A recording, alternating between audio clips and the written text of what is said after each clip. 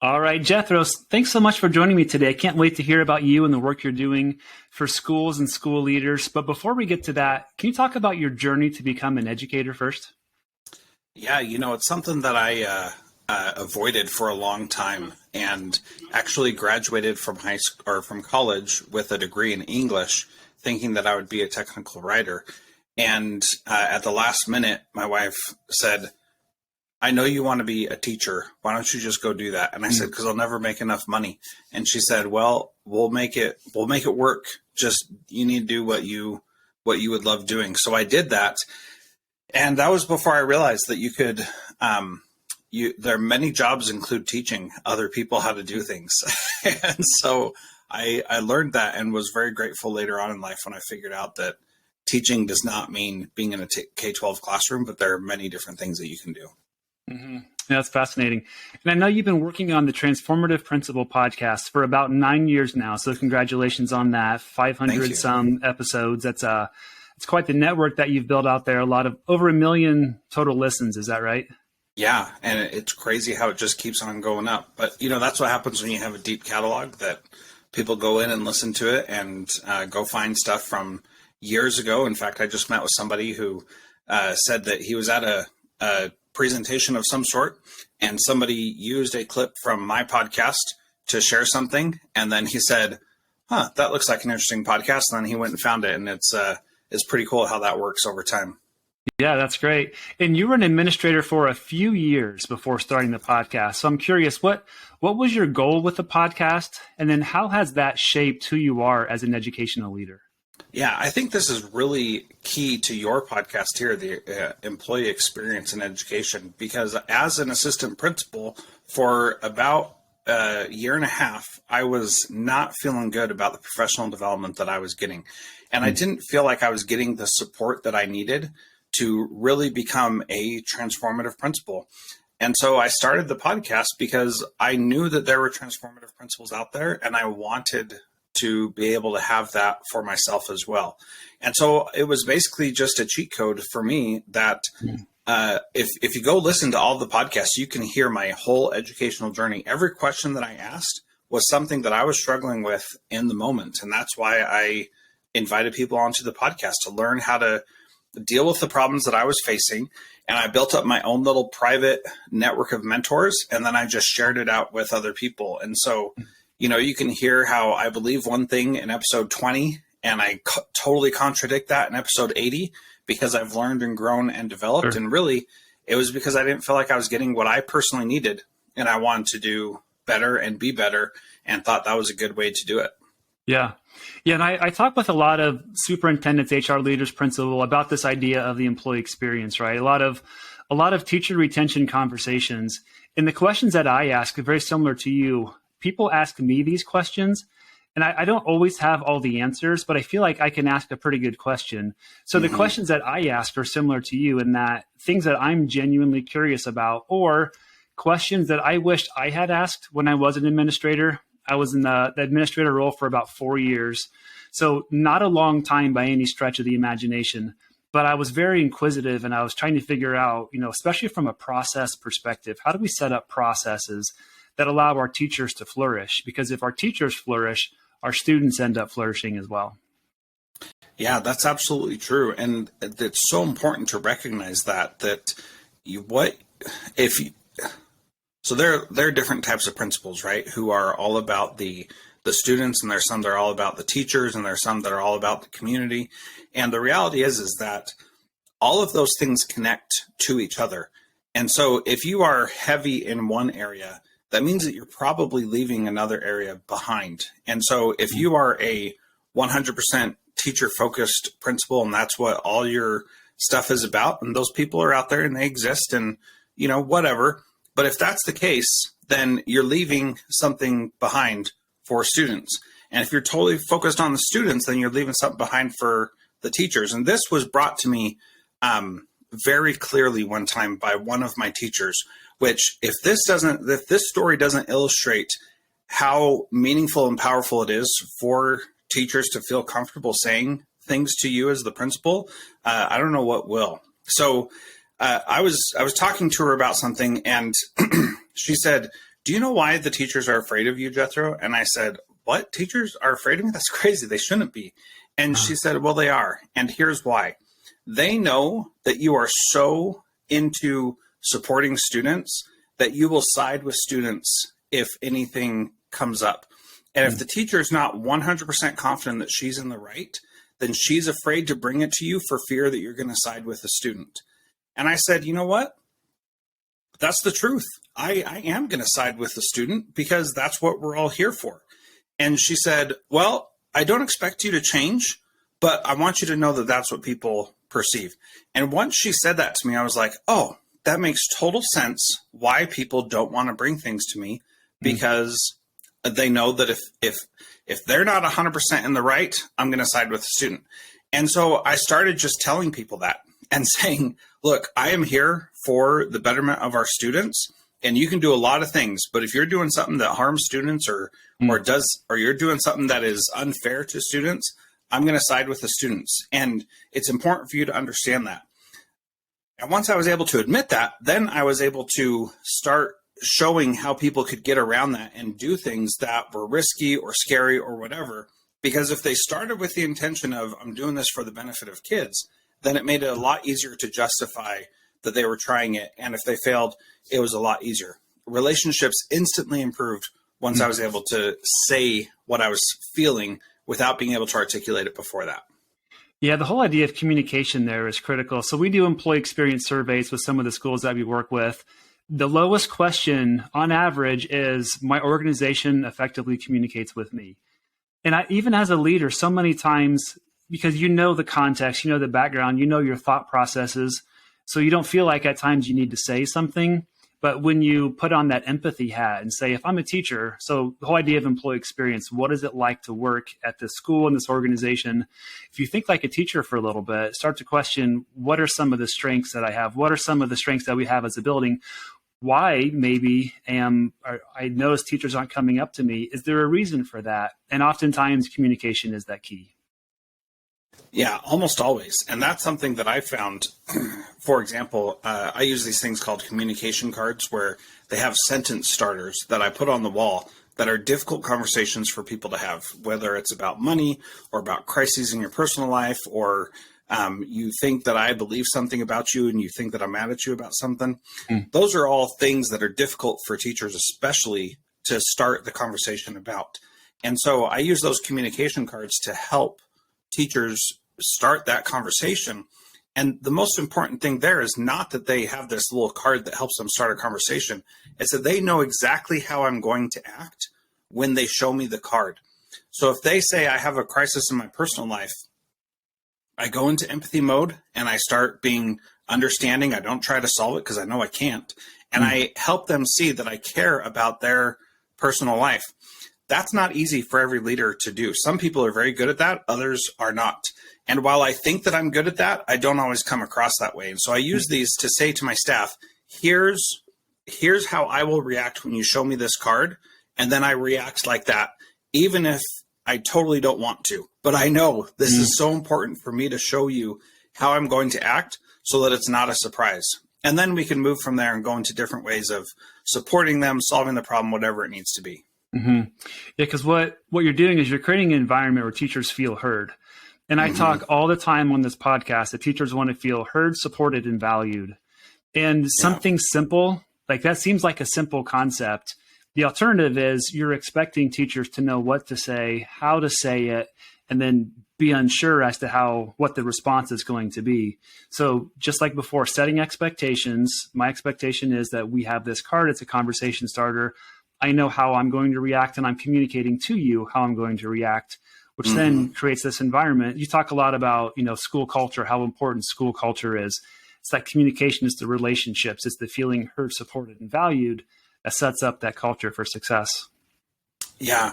Well, and if I can just call out something that you said in the podcast in Transformative Principal that you were on with my host who's hosting that this year, Eric McKelkey, you had talked about things being on teachers' plates and how everybody has a lot on their plate. And we have this hero paradox in education, and that teachers and principals feel like they need to have all the answers. And that's not the case at all. We can ask questions. We can not be sure about something.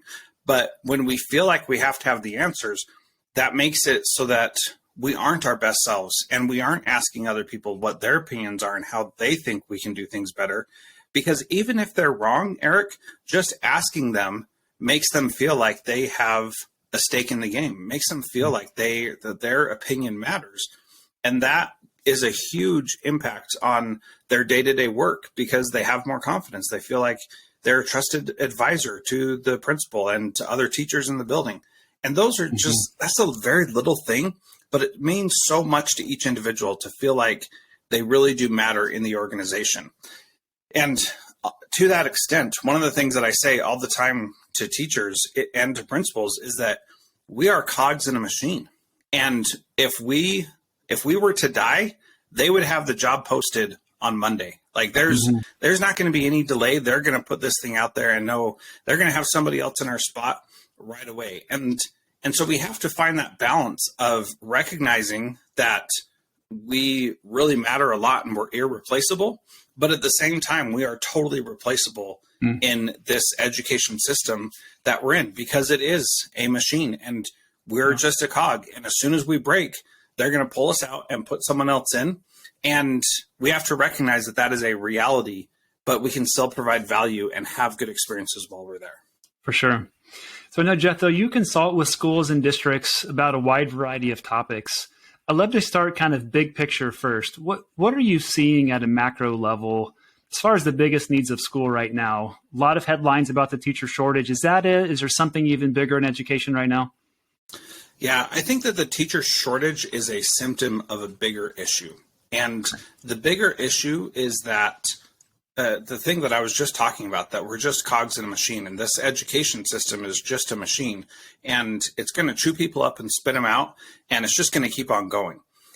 And the biggest thing that we've experienced, all of us, is this pandemic that recently happened. And when we shut down all the schools, we told kids that everything that we had been doing was all made up. All the tests, all the grades, they were canceled and frozen. And we said, you know what? None of this stuff matters because this scary thing is happening. And that's just the reality. Now, what is even more true than that is that no matter what is going on in the world, every single person is really in charge of their own learning. Nobody else can take that away from us. Nobody else can have any more influence than we give them over our own personal learning. And so as adults in the system, we have to continually be getting better.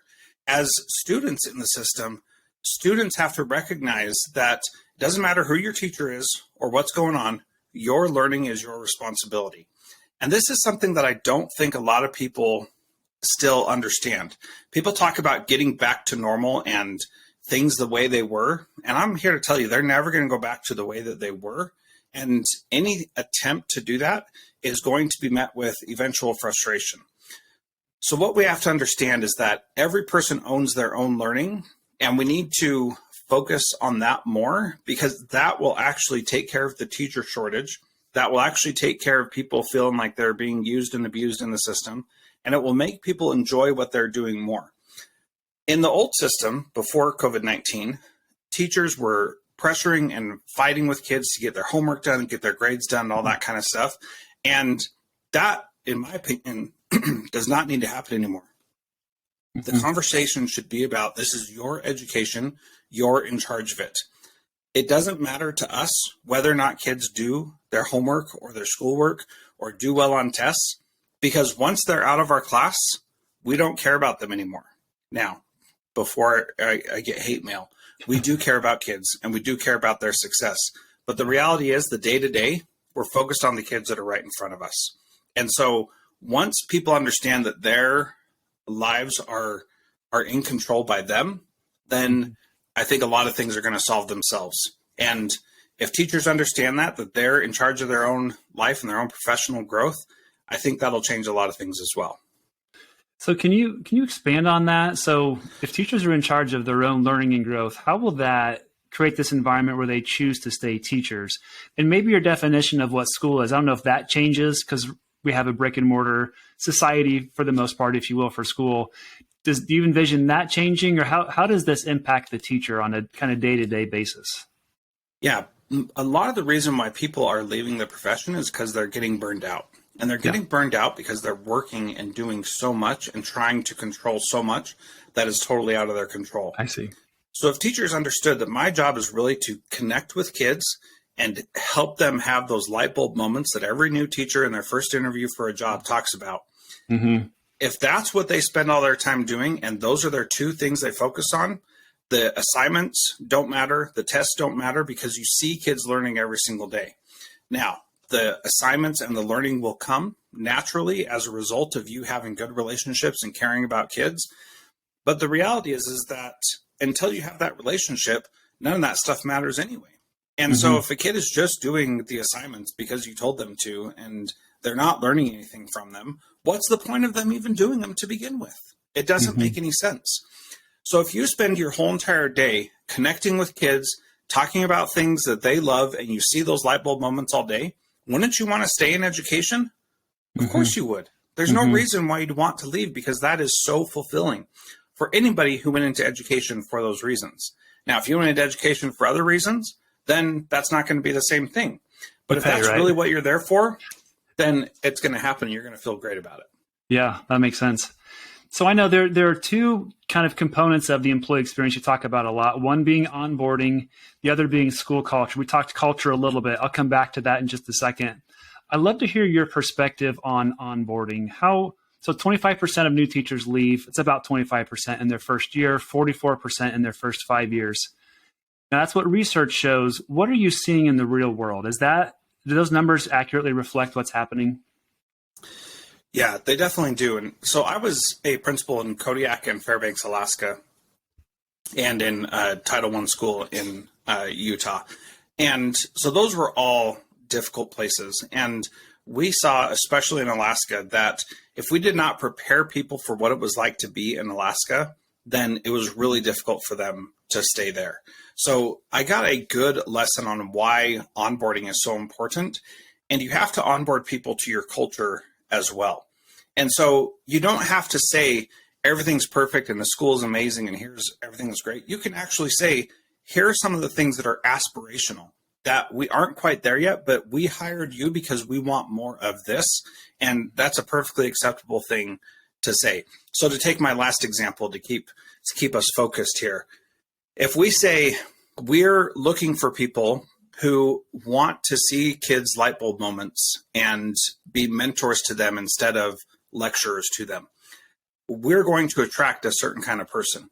Then in the onboarding process, we talk to them about how to make that happen and how to make sure that they are doing the things that enable them to see those light bulb moments with students. Now, specifically in Kodiak, it was typically a 2.5 month period from the time we offered a job to somebody to the time they arrived on the island. And so we had about 10 weeks where we could send them emails on a weekly basis and describe what we were trying to get at and what we were trying to build and create as part of our system at that school. And I think that recognizing that we had that time enabled us to put systems and processes in place so that people knew what they were getting into. So each week we'd send out an email with stuff about the school and what we believed and how we worked, and something about living in Kodiak. And I think that any school can do this. And you put in some work up front, creating these emails, and you do it in real life with a new hire that you're bringing on, and you use them to help tell the story of your school and why what you're doing matters and how they can fit into that. And then you make sure that they know what to expect as they come there. Working in a Title I school, we knew that everybody was not cut out for that work. And so we would tell people early on, this is what it looks like. This is what the day-to-day is. We have an after-school program, and we want people to be working in that. We have a lot of kids who are low in their academic skills, and we need extra work. We need time with them to make it work. So these are the things that we're going to expect of you. And being clear and upfront about that actually made some people more excited and made some people less excited. So the onboarding process then becomes this way of helping them understand what the culture is, how we work together, and how we can be successful. And there are a few things that I think are completely essential once somebody is actually hired. You need a cultural mentor for the new teacher. If they've already been a teacher and they know how to do the teaching part, you still need someone to say, this is how we do things at our school. And if your school is not unique enough that you can say, this is how we do things, then you need to work on making your school unique enough so that you can say, this is how we do things. Sure. So you need a cultural mentor. You also need a pedagogical mentor, someone who says, this is how you teach in our school. And again, if your way that you teach is not unique enough that somebody needs that, then you probably need to do some work to make it so that you're actually serving the people that are right there in front of you. And then the third thing that you need is time. Like, you just need time with those new people. They don't know you. You don't know them. You probably only hired them after one interview, and that was probably it, because that's typically how things go. And so you need time to get to know them, understand who they are. So a pedagogical mentor, a cultural mentor, and time. Those three things, if you have those in place in your onboarding process, then you're going to be good. Now, how much time is enough time? It's hard to say. But if you're not meeting with those new teachers to your school every single week in some way, shape, or form, then you're definitely not doing enough. I would say there should be daily check-ins for the first 2 months of school, and then you can move to a couple check-ins a week and then a couple check-ins a month after that. But you really should be around them a lot, way more than you think you should, and way more than what most principal preparation programs suggest. Yeah. So what's fascinating about that to me is, if I'm a busy principal and Jethro, you're telling me I need to meet with my new people every day for 2 months, my first thought is I don't have time for that.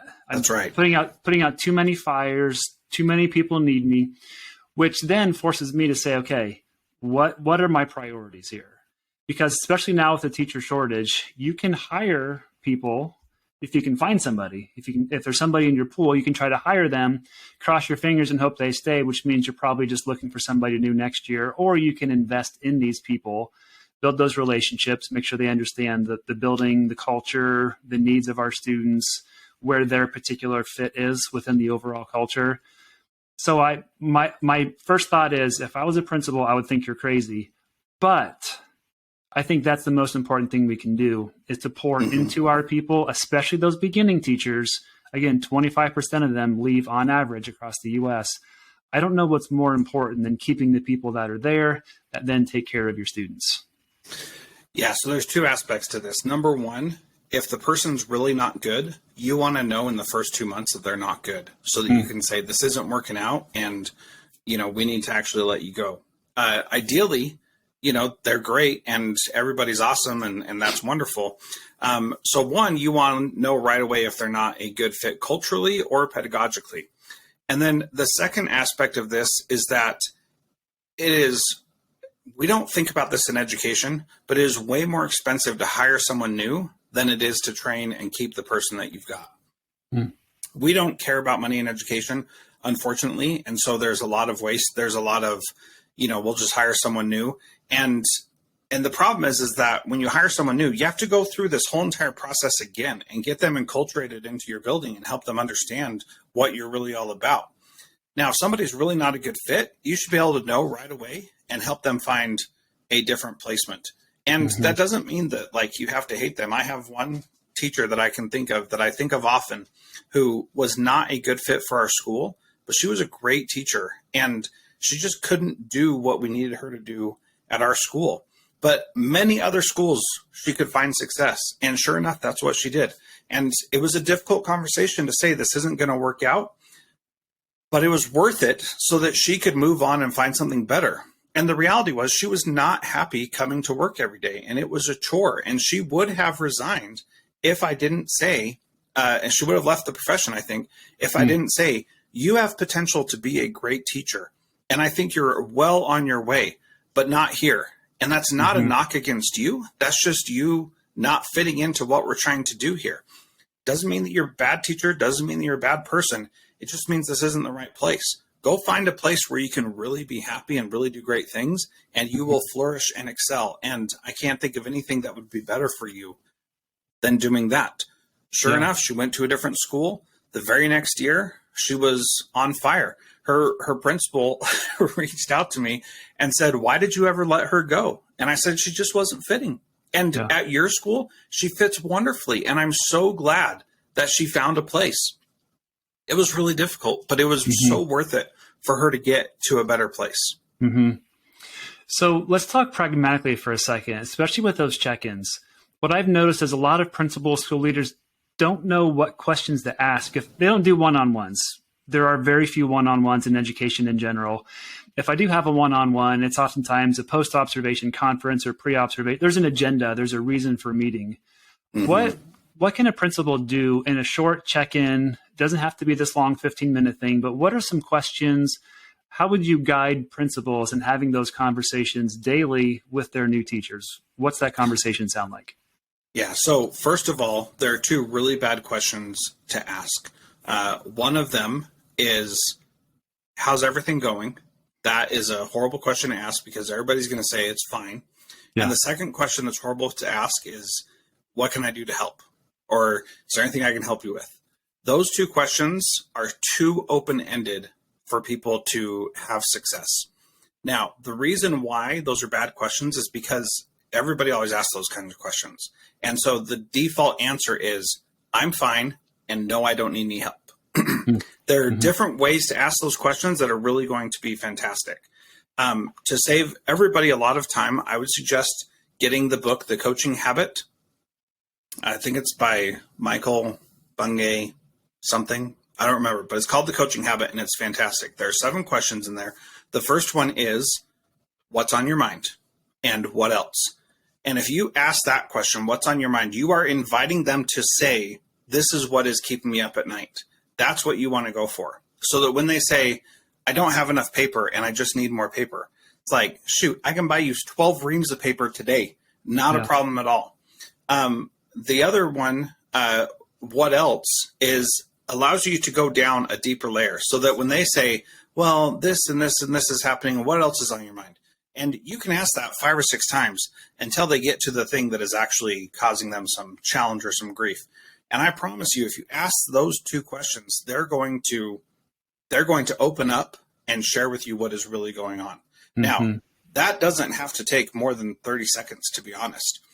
If you say, what's on your mind? And they say, well, I just need these copies made. Great. I can go make copies for you. We have other people who can make copies. Like, that is an easy solution. As you do that and you start helping them with the challenges they're facing, they will start opening up to you more about the things that they're really struggling with, that they were too afraid to tell you the first time. Yeah, that's what we don't want. We don't want teachers shutting down and saying everything's fine when they're not. And we know early teachers aren't doing well anyway. There's so much being asked of them, especially if I'm new out of college. I have to maintain somewhat, some semblance of order with these 25 to 30 kids. I have all of these things are going on. So just these simple open-ended questions that are not, hey, how are you doing? Like, I'm great. Thanks. Fine. Okay. See ya. I did my check-in. It's that communication again. It comes back to that. Let's talk about culture a little bit, because culture building, to me, it seems like trying to move a massive mountain. It's really hard to do because culture is this intangible thing sometimes. How do you define culture, and what do you do to begin working on improving the culture of either a building or a district? Yeah, so in my work now, the thing that I get most often is I need to improve my culture. And my question is always, what are you doing to take care of yourself? And people always say, I don't need help with self-care. I need help with taking care, like improving the culture in my school. And the reality is, after 500 plus interviews on Transformative Principal, asking so many principals this same question, how do you improve the culture? It all starts with you as the leader. When people see that you are taking care of yourself and you are healthy in your relationships and the things you're doing, that lays the groundwork for them to start making changes themselves. Now, the analogy that I like best is that culture is like the fruit that you pick off of a tree. If you go to an apple tree and you pick off the fruit and you say, I don't like this apple, I wish it were a pear, you don't get to change it. You have to go back and do the groundwork that made that apple an apple in and do the groundwork that would make it a pair, which means planting a different tree and doing all the groundwork that leads up to that. And that seems like it will take forever. But the beauty of humans is that we can change our culture very quickly. It doesn't take forever, but you still have to go through the same process. So in How to Be a Transformative Principal, that is the whole point of the book, is to talk about how to change that apple into a pear, because that's the kind of culture that you want. And if we can do that with these little steps that really are not that big, we can actually make it happen. So in that book, I go through the 8 things that lead up to changing the culture. And it starts with self-care, and it includes relationships and having a vision and how you do observations and how you hire people and how you reprimand people and all that kind of stuff that all goes into it. Goes into communication as well. All those things matter because they are part of this bigger thing that is culture. And culture is something that you can feel and taste. And I think that's why the fruit analogy is so good, is that when you go into a building and you're there for any amount of time, you can feel what the culture is like in that building. And you're not going to be able to change it by saying, I want it to be this way. You have to actually do the groundwork to get there. Is culture measurable, or is culture kind of a lagging indicator? So there's lead indicators and lag indicators, right? Lead indicators are the levers, lag indicators, what happens as a result. How do you define culture that way? Is it a lagging indicator? I say that culture definitely is a lagging indicator, because you can't measure it every day and say, this is what the culture is. What you can do is measure those leading indicators, like whether or not you're taking care of yourself, like whether or not communication is open and transparent and people feel like they can say what they need to say, whether or not you have a vision. You can measure those things and then see what their effect is on the culture. And so just like with a fruit tree, you can see how it's growing, whether or not it's straight, whether or not it's what you want it to be. But until the fruit comes out, you can't really taste it. The good thing is that you can taste the fruit much sooner, and you can see the changes much sooner because you're laying those groundwork pieces. And so it, as I mentioned, it's a feeling and something that you can experience, but it's much more difficult to say our culture is good because of X, Y, and Z, and not have those things be the other things that build up culture. Does that make sense? Yeah. It's really breaking it down into kind of those subcomponents, like what makes a culture. And then when you look at it that way, you're not trying to measure the elephant. You're trying to measure the size of the legs, trying to measure, okay, our trunk is getting wider in diameter. I can tell that our tree is getting taller. I can see we have some leaves that are growing now before the fruit actually gets born there. So, and so if I can just add to that, something that's really important. So I had a principal say, I need to improve my culture. I said, what do you do to take care of yourself? She said, well, I'm not. I'm working 14-hour days. I get home, I put my kids in bed, and then I get on my computer until 11 o'clock at night, and I'm sending emails and all this. And I said, well, that's where you need to start changing. So no more being on your computer at night. Just leave your computer at work. She's like, well, I can't do that because there are all these things that I have to take care of, and I'll never have time. And I said, well, you can extend the time you're at work.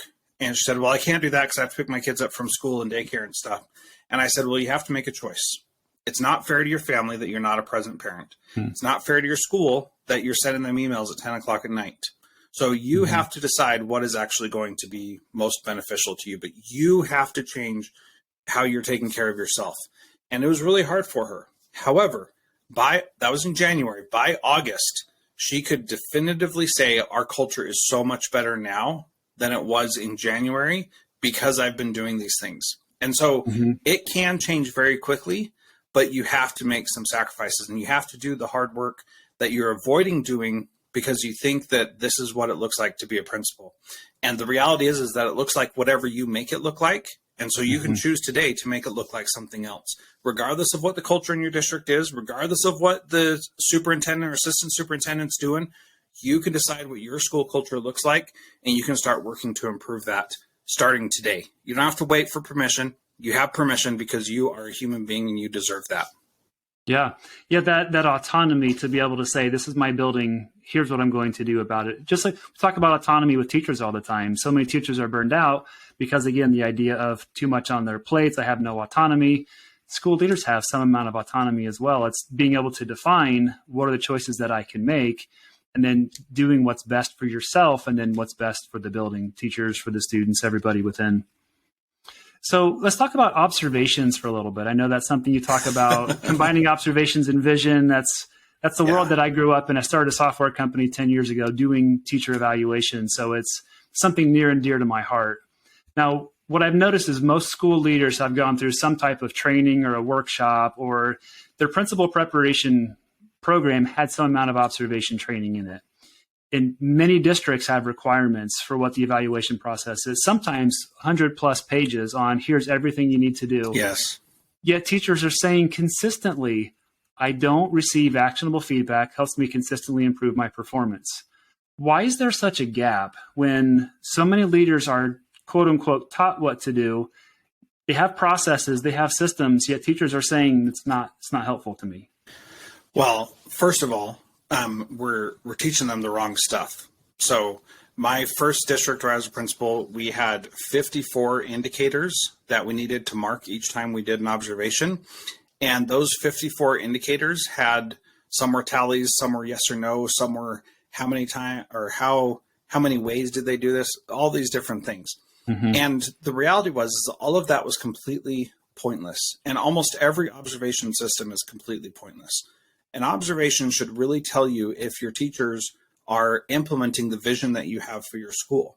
And if they're not, then that's what you should be focusing on. The evaluation system is a hoop to jump through. And Eric, I'm sure you have the exact number on this, but isn't it something like 97% of all teachers are rated as effective or highly effective? Yep. So we have this system in place that is completely pointless and ridiculous. And we're wasting an inordinate amount of time on doing something that nobody cares about and nobody pays any attention to because everybody is proficient at it. Mm-hmm. It is so difficult to evaluate someone out of the profession. It's easier to just find the thing they're doing wrong and fire them for cause. I mean, that is really the case. And so we might as well just do that. So when you're doing observations, your observations, the whole point is my vision for the school being fulfilled in this classroom? And if it's not, let's talk about how to fulfill the vision. Now, if you are a crazy, all the way out there principal who has this super bizarre idea of what education should be, then that's not a good idea. But there's very few principals who are actually like that. So if you don't have a vision for your school, then you're on the other end of the spectrum, and that's a problem too. You need to have a vision for your school. That's what builds up the culture and says, this is why we exist. This is what we do. This is where we're trying to go and how we get there. And so if your observations are focused on teachers aligning to the school's vision, then you have all the feedback that you need there, and you'll be able to tell if it's working or not the very next time that you go in. Mm-hmm. And that is actually actionable feedback. Now, what we typically do with Marzano and Danielson and any other observation system out there is we go in and see if they're doing the indicators that we think are important. And we waste time going over it when all they want at the end is the score that says they're proficient or not. Just like kids never read all the notes I put on their essays, they only looked at the grade and then didn't care about the rest. Mm-hmm. We're focusing on the wrong things. If we instead focused on our vision and whether or not teachers were implementing it, we would enjoy work better. We'd enjoy those observations better. They'd be less scary for the teachers. Mm-hmm. And we would also be able to accomplish whatever we needed to for our formal evaluation process and jump through that hoop, because that's all it is. And as soon as we recognize that's really what it is, then we can give it the time that it deserves, which is the bare minimum to get it done, and then go back to helping our teachers be the best that they personally can be in our current context. And again, 97% of them will still pass the evaluation and be proficient or very proficient. Yeah, what I've noticed is when principals come in, especially newer principals, if they don't know what their evaluation framework is, there's a lot of questions like, well, what's the expectation here? What should I be looking for?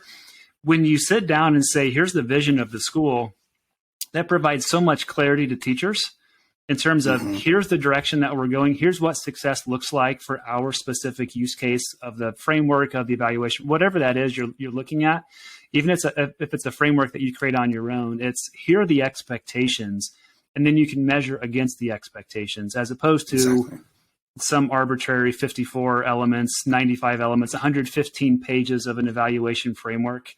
I mean, I sat in a teacher evaluation committee. I think it lasted 4 years.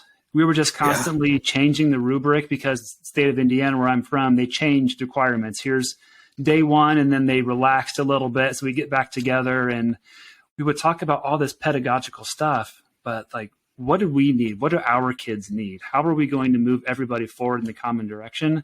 That was the important conversation, not let's wordsmith this one individual indicator for weeks at a time. Yeah, absolutely. And you would feel so much better if you were actually doing the observations aligned to your vision or not. You would enjoy the process. Your teachers would enjoy it more. They would know exactly what they needed to do to be successful because you'd be telling them, and you'd want to be in the classrooms. Sitting in an observation and marking down everything that the teacher's doing and scripting, like, what is the point? Like, there is no point at all. And yet somehow that's what we've been doing for all these years. And so many principals are still making that their primary thing that they do. I coached a principal who would spend an hour finishing her scripting and taking all the notes and doing everything for every single observation that she did. And I asked her, who is going to look at this? And she said, well, if I don't do it right, I'm going to get in trouble.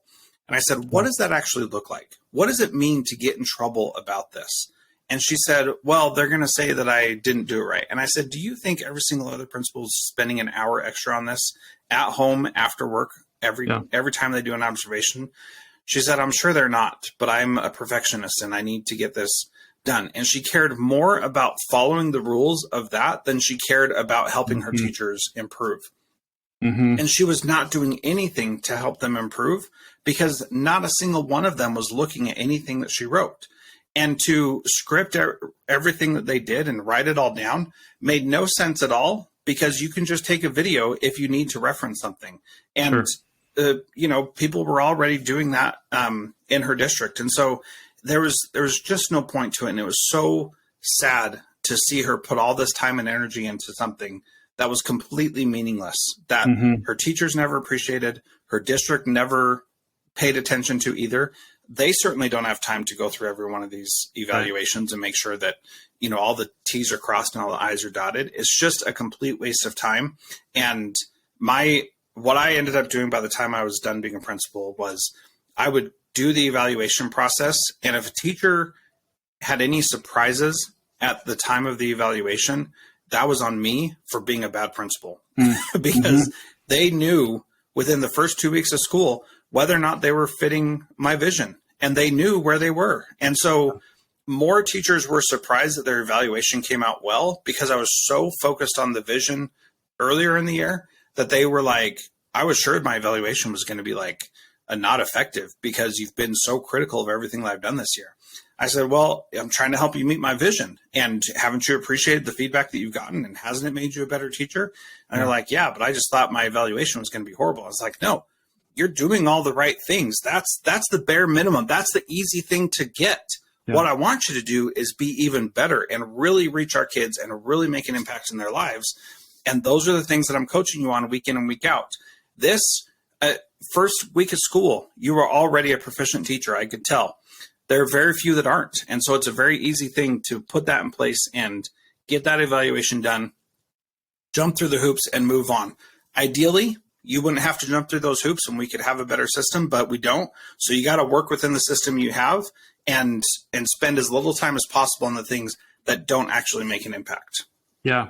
Yeah, one of my aha moments with teacher evaluations, we had a veteran teacher she was an amazing teacher, sunshine. I mean, just positive all the time, wonderful teacher. We sat down with a post-observation conference and she said, Eric, I don't remember anything I taught. It's a 45-minute lesson. I was in there 45 minutes scripting. She literally could not tell me because she got so nervous and everything just kind of happened automatically. And she goes, Eric, I don't remember anything that happened. And I thought, just like your story, spend 45 minutes in the classroom, 45 minutes at home, after I put the kids to bed, whatever, fixing grammatical mistakes in my scripting, just for a conversation where she says, like, I don't do it on purpose, but I don't remember.